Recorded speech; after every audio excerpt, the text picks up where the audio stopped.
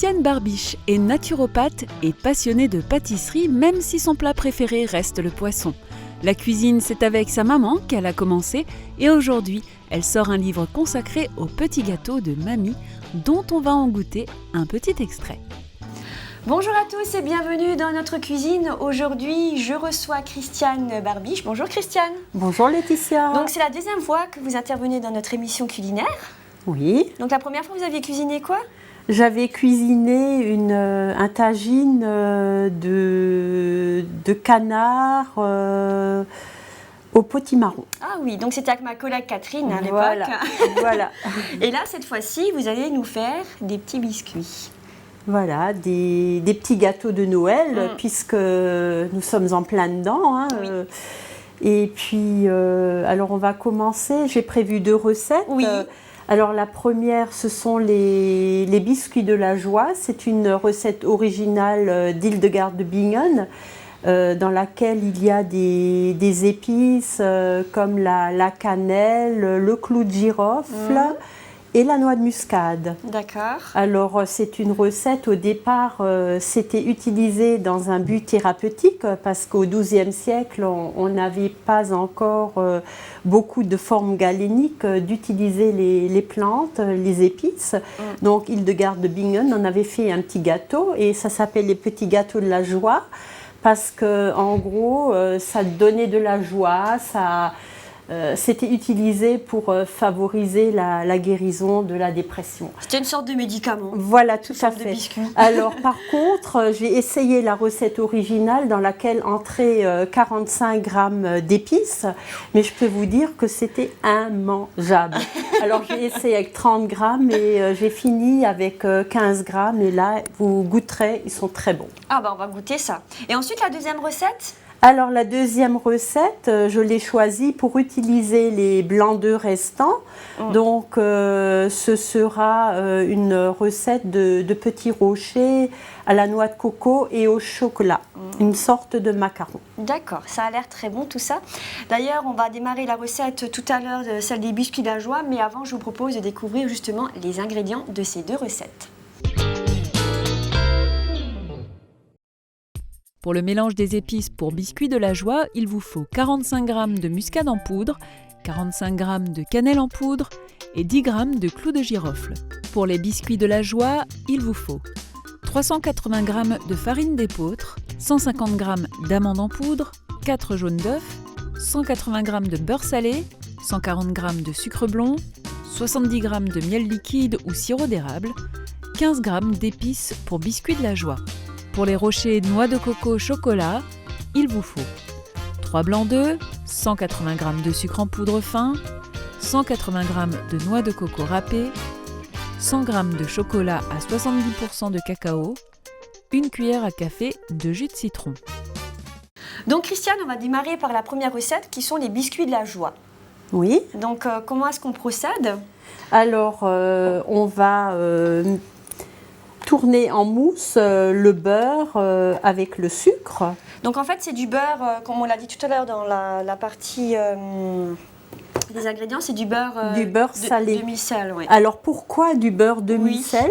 Je vous laisse deviner. Pour donner le petit goût salé ou non? C'est pour la dureté du biscuit? surtout pour que le gâteau soit plus croustillant. Ah d'accord, Voilà, dans mes pâtes à tarte aussi, j'utilise traditionnellement le beurre salé. Parce la qu'il pâte remplace est toujours... la pincée de sel peut-être? Oui, hein? et la pâte est plus croustillante. D'accord. Sauf évidemment pour les personnes qui souffrent d'hypertension artérielle, là il vaut mieux prendre du beurre doux. D'accord. Oui, il vaut mieux. Ça c'est mon côté naturo qui prend le dessus. Voilà, donc je vais rajouter le sucre au Donc là, vous m'avez beurre. expliqué, vous coupez, enfin, vous mixez encore une fois le sucre avant de l'utiliser. Voilà, tout à fait, parce que j'utilise le sucre de canne roux et en fait, il n'est pas très fin. Oui. Donc, pour tout ce qui est pâtisserie, j'ai l'habitude de le passer au blender. D'accord, donc avant simplement utilisation. un petit coup au blender et puis il voilà. y a comme de la poudre là, c'est ce qu'on Pratiquement, c'est entre le sucre poudre et le sucre glace. Hein. D'accord. Voilà. Très bien. Donc, on continue par quoi? Alors, on va tourner cela en mousse. Oui. là. On va commencer doucement, sinon on va en Ouais, il est mettre un peu partout. rapide. Hein. Donc on mélange tout ça. On mélange tout ça. Alors il faut toujours songer à sortir le beurre du réfrigérateur à peu près une demi-heure avant. Qu'il soit Pour qu'il ramolli. voilà, comme ça il se travaille beaucoup plus facilement. Vous voyez, ça vient déjà là. Il est déjà pratiquement en pommade.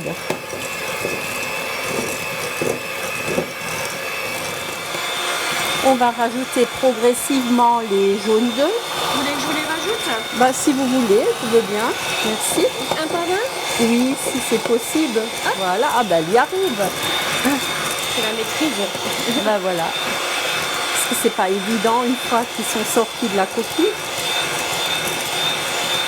On peut mettre le second. Et hop. Voilà, ça prend de la couleur tout doucement. Alors tout en continuant à battre, Oui. on va rajouter progressivement le miel. Parfilé? Oui. Alors on a le choix également, si on ne veut pas mettre de miel ou si on n'a pas de miel, on peut également utiliser le sirop d'érable. D'accord. Voilà, un joli filet. Elle fait ça bien, Laetitia. Je suis une bonne assistante. Voilà, on va vous embaucher. Pas de souci. Voilà, on va passer à l'étape suivante. Oui. Donc on a Donc, fini avec le pas batteur. vite Ouais, vers l'avant. éjecter. Voilà. On va faire de la musique là. Alors, je rajoute les amandes, la poudre d'amande, Oui. que je vais mélanger à la cuillère en bois. Donc délicatement. Donc en fait, cette recette, on ne l'a pas encore dit, elle est tirée de votre livre. Oui, Donc vous avez écrit les recettes. Donc c'est des recettes qui viennent. Alors le livre s'intitule Les petits gâteaux de mamie. Donc l'originalité de ce livre, c'est pas seulement un livre de recettes, mais en fait il est traduit en plate. en plate, parce Voilà. qu'il s'agit pour la plupart des recettes de terroir. Oui. Et je pensais que ça ferait encore plus terroir si les recettes étaient traduites en plate. Et là, c'est quelqu'un de Hambach, Joseph Hafner, un virtuose de la langue de chez nous, Oui. qui m'en a fait la traduction. Qui vous en a fait la... Et d'ailleurs, Voilà. il est super bien illustré. Hein. Il y a vraiment des très très belles photos. Et en fait, on a toujours un côté français et un côté en plate. En plate.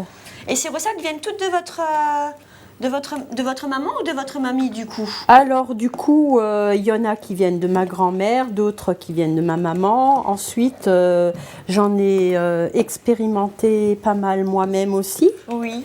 Et puis, Ce sont des recettes traditionnelles en fait, traditionnelles, oui, pour la plupart. oui. Donc les biscuits de la joie sont dans ce livre. Voilà, tout à fait, tout à fait. Alors maintenant, je vais mélanger les épices de la joie. D'accord. Donc, je vais vous rappeler les ingrédients. Donc, Oui. il s'agit de cannelle, de noix de muscade et puis d'un peu de clou de girofle. Oui, ce qui ressort assez quand même. Hein, Ah le oui, clou, hein. bah, c'est justement, il y a le clou de girofle est en minorité et c'est celui qu'on qui ressort sent, le qui plus, ressort le oui. plus. Je peux avoir une petite cuillère pour remuer un peu les épices. Ceci. Merci. Mélanger les épices avec la farine Ouais, je qui a peux vous été dire que- préalablement tamisée. Oui. Donc c'est de la farine d'épeautre. Voilà. Et pourquoi le choix de l'épeautre plutôt Bah que parce votre farine que Hildegarde de Bingen travaillait beaucoup avec l'épeautre. Et puis, il faut savoir que l'épeautre, tout comme le kamut, sont les blés d'origine, donc qui n'ont jamais été modifiés. D'accord. Et disons qu'ils sont nettement moins allergènes que la farine de blé. De blé, que le blé, hein. enfin normal quoi. Voilà.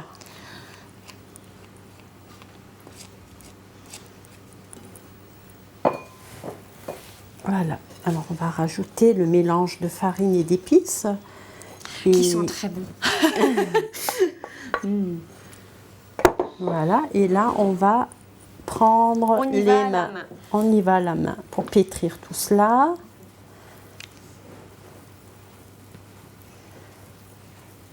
C'est vrai qu'on sent bien la muscade et le clou de Oui, girofle ça sent, qui hein. ressortent.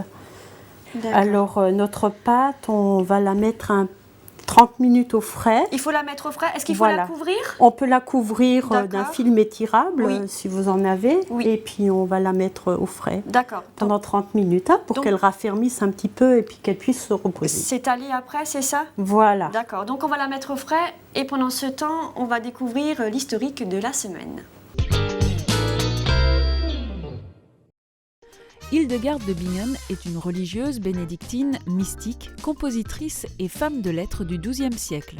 Elle est auteure de nombreux ouvrages traitant autant de médecine du corps que de l'âme. Ils sont réunis pour la plupart dans un grand livre, le Riesenkodex, conservé à la bibliothèque régionale de Hesse à Wiesbaden en Allemagne. Hildegarde de Bingen a composé aussi plus de 70 chants liturgiques. Le 7 octobre 2012, le pape Benoît XVI a fait d'elle le 4e docteur de l'Église, reconnaissant ainsi l'exemplarité de sa vie et de ses écrits. Médecin, Hildegarde de Bingen avait une grande connaissance de la pharmacopée, utilisant tout ce que la nature pouvait lui offrir, autant végétal que minéral. D'après ses écrits, les biscuits de la joie doivent adoucir l'amertume du corps et de l'esprit, ouvrir le cœur, aiguiser les sens émoussés, rendre l'âme joyeuse, purifier les sens et fortifier. Donc Christiane, donc la pâte à biscuits, des biscuits de la joie est au réfrigérateur pour D'accord. 30 minutes. Donc pendant ce temps, on va faire donc les rochers à la noix de coco. Tout à fait. Noix de coco, chocolat. Ah oui, chocolat, c'est vrai, c'est vrai. Moi, je les fais en général nature, c'est vrai qu'avec du coco. Oui. Et là, je vais découvrir comment vous allez faire avec du chocolat. Ben voilà. Alors, on va verser 3 blancs d'œufs. Donc, je précise qu'on utilise les blancs restants de la première recette. Oui, c'est toujours bien de trouver les recettes qui se coordonnent. Voilà, c'est pour ça, dans mon livre, j'ai fait différentes parties. Donc, Oui. des recettes avec des blancs d'œufs, avec des jaunes d'œufs, avec des œufs entiers. Pour que d'un coup d'œil, on trouve de quoi utiliser Tout de les suite, blancs ou oui. les jaunes restants. Ah, c'est bien ça, parce que c'est vrai, souvent on est en train de chercher. Bon, je vais faire ces biscuits-là maintenant. Attends, ah oui, donc genre du blanc en reste, et puis on cherche dans un autre livre Voilà. ou dans une autre recette. Alors, Donc là, on les bat en neige. En on fait, va hein. battre en neige avec une pincée de sel. Oui. Et progressivement, on va rajouter le sucre. Hein.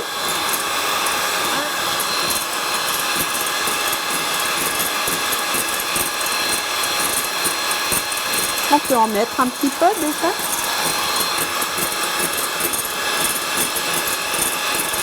Vous me dites stop. Hop. Voilà. Je mets le reste. Voilà.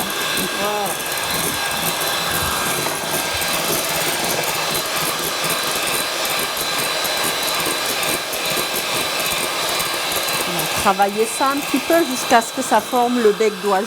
Oui, c'est le principe d'une meringue en fait. Voilà, c'est un peu ça. Voilà. Je pense que ça doit être bon. Alors, est-ce qu'il nous fait le petit bec? Ben voilà, Parfait. c'est bon. On les Donc pose un peu. on va rajouter la noix de coco Oui. et le chocolat. Et le chocolat. Donc le Donc, chocolat, il est râpé tout fait en fait. Voilà, c'est du chocolat noir à plus de 70% de teneur en cacao.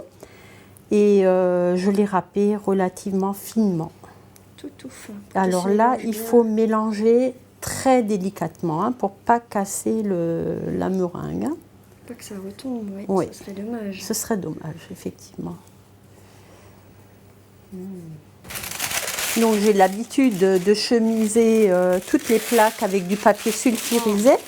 Je crois que dans l'autre sens, ça va pas s'enrouler. Sinon, on fait comme ça. On fait pareil des deux côtés. Hein. Voilà. Voilà. Ça évite de mettre de la matière grasse qui sentira le beurre Oui, c'est brûlé dans toute la maison. Moi, je C'est travaille toujours aussi beaucoup. désagréable. Avec du papier sulfurisé. Et puis ça ne restera pas collé après la plaque. Alors là, c'est tout simple. On cède de 2 cuillères à café. Oui. et on fait des petits tas sur la plaque qu'on espace un petit peu. Ça va encore gonfler en fait. Hein. Gonfler pas tellement, ça va s'étaler un petit peu.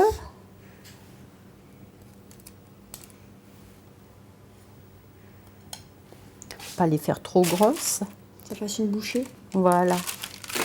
Parce que quand on fait beaucoup de sortes de gâteaux, il vaut mieux que les portions ne soient pas trop importantes. On puisse manger un peu de chaque. Voilà. Vous faites combien de sortes de biscuits dans la période de Noël? Est-ce que je dois vous le dire? Bah dites-le nous. Allez. Une quarantaine de sortes. C'est la caverne aux biscuits en fait. Ouais, heureusement, je ne les mange pas tous. Vous en distribuez, On distribue pas mal. Oui. Ouais. Oh bah dis donc, ça doit sentir bon chez vous tout au long du mois de décembre. Ouais, bah, j'ai déjà commencé en novembre cette année avec les séances de dédicaces. Je ramène toujours des petits gâteaux pour goûter. Ah, ça c'est bien. Alors, ça fait déjà un mois que Vous êtes dans les biscuits de je Noël. suis dans les gâteaux. Donc, on a préchauffé le four à 130 degrés. Oui. Donc en chaleur tournante. En chaleur tournante, oui. Je fais toujours la chaleur tournante, ce qui permet d'enfourner 2-3 plaques à la fois. Ce qui est intéressant, quand on en fait beaucoup, ça va plus vite. C'est vrai. Bah, vous savez quoi, je vais vous laisser continuer. Donc on les enfournera à 130 degrés pendant combien de temps? Alors, pendant une vingtaine, entre 15 et 20 minutes, ça dépend du four. D'accord. Et j'ai l'habitude de glisser une cuillère en bois D'accord. dans la porte. D'accord. De façon que... Ça reste entrouvert en fait. Voilà, légèrement, et que le gâteau sèche, hein, plus qu'il ne cuit, hein, quand il s'agit de meringues, de macarons. Hein. Très bien, je vous laisse terminer, on va dresser la deuxième plaque et pendant ce temps on va découvrir avec Laurence le café qui accompagnera ces bons biscuits. Bonjour Laetitia, bonjour Christiane.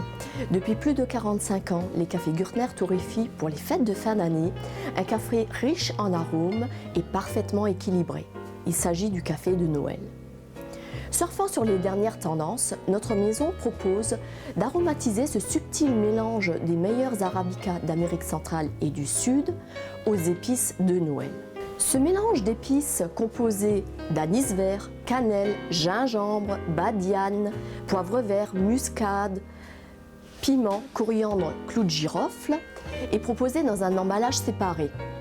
Cela permet à chacun d'entre nous de consommer et de préparer son café selon ses propres goûts, nature ou aromatisé.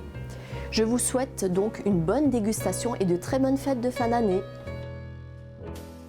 Donc Christiane, nos petits rochers, ils sont au four. D'ailleurs ça sent très bon. Hein.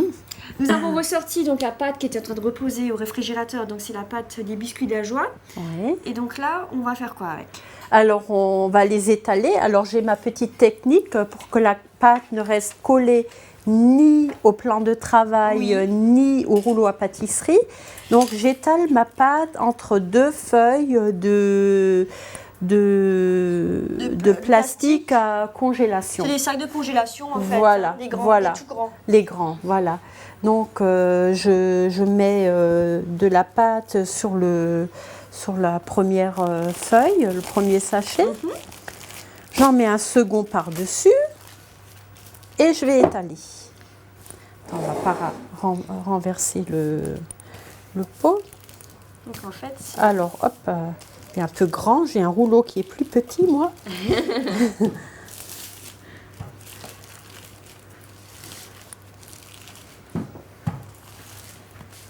et donc ça évite que ça colle sur le, Que ça colle. sur le rouleau en fait. hein. Voilà.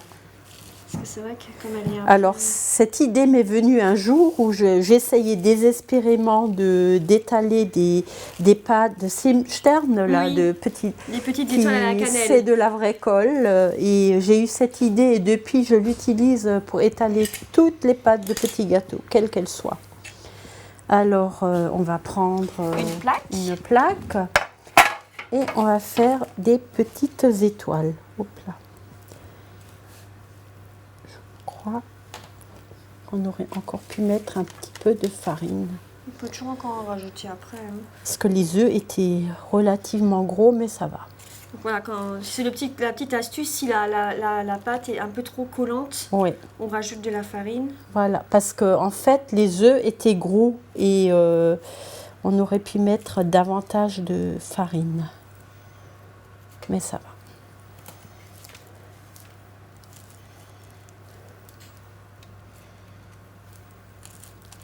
Donc là, après, on fait les formes qu'on veut. Hein, Voilà. Alors moi, comme je fais, comme vous le disiez tout à l'heure, une quarantaine de sortes de gâteaux, j'ai un petit truc, parce que si vous avez plusieurs sortes sur un plat, pour les reconnaître plus facilement, j'utilise une seule forme par sorte de gâteau. Comme ça, on quel gâteau on mange. Quel gâteau on mange, voilà.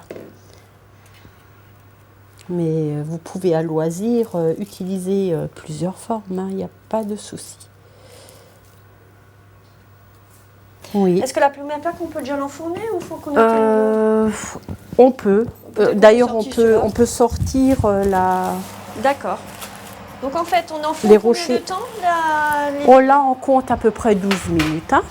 10 minutes 12 minutes à peu minutes près. sur Et on combien peut remonter un peu. Là, on était à 130 degrés. Là, on va aller à 170. 170 degrés, Oui. 12 minutes. Et pendant ce temps, on va voir la récap de la recette.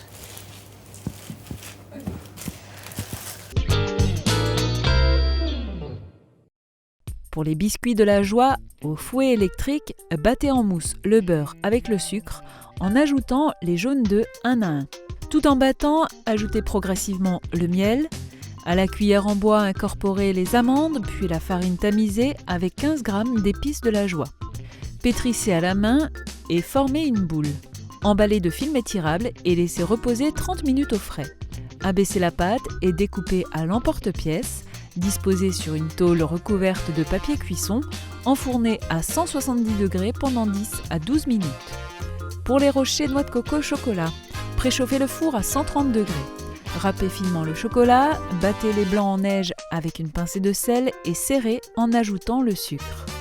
Ajoutez délicatement le chocolat, le jus de citron et la noix de coco. À l'aide de 2 cuillères, déposez des petits tas sur une plaque garnie de papier sulfurisé. Enfournez à 130 degrés pendant 25 minutes. Bon appétit! Donc Christiane, les petits gâteaux sont sortis du four. Ils sont tout frais. Voilà. Donc votre petit conseil, vous me disiez tout à l'heure, c'est de ne pas les consommer tout de suite, c'est ça? Oui, en principe, il vaut mieux les laisser se reposer 24 heures si on n'est pas trop gourmand et qu'on peut dur, hein. attendre. Nous, on ne va pas attendre, hein, ça c'est sûr. Hein. Donc vous le disiez tout à l'heure, vous avez des séances de dédicaces pour votre livre. Oui. Donc ils sont en train de défiler en bas de l'écran. D'accord. Les gens pourront s'y rendre s'ils ont envie Voilà. de découvrir votre livre qui est très beau, hein, je tiens quand même à le souligner. Merci. On va goûter les biscuits? Allez. On va goûter. Le premier, je vais goûter un rocher. Et moi, un petit biscuit de la joie.